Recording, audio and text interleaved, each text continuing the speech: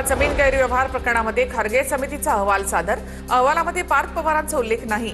शीतल तेजवाने दिग्विजय पाटलांसह 2 अधिकाऱ्यांवर कारवाईची टांगती तलवार। तपासामध्ये आणखी कोणी दोषी आढळल्यास कारवाई होणार।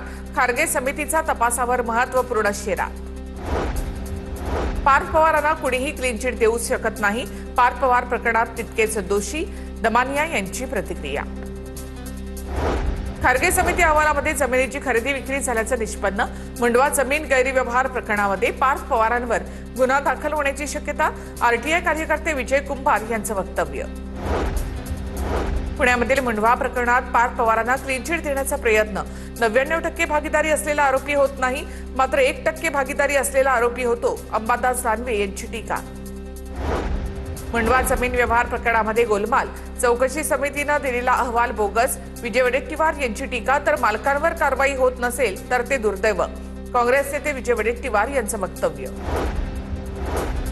साताऱ्याचे पोलीस अधीक्षक तुषार दोशी पोलीस मुख्यालयामध्ये हजर। पोलीस अधीक्षक तुषार दोशींनी दैनंदिन कामाला सुरुवात केली।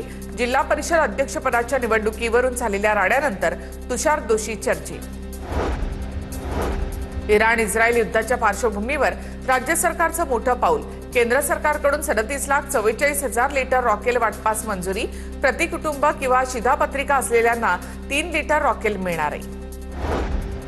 ज्येष्ठ इतिहास संशोधक डॉक्टर जयसिंगराव पवार यांच्यावर अंत्यसंस्कार।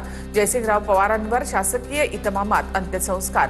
वयाच्या 85व्या वर्षी घेतला अखेरचा श्वास। डॉक्टर जयसिंगराव पवार हे आचार्य अत्रे कोल्हापूर भूषण पुरस्काराने सन्मानित होते।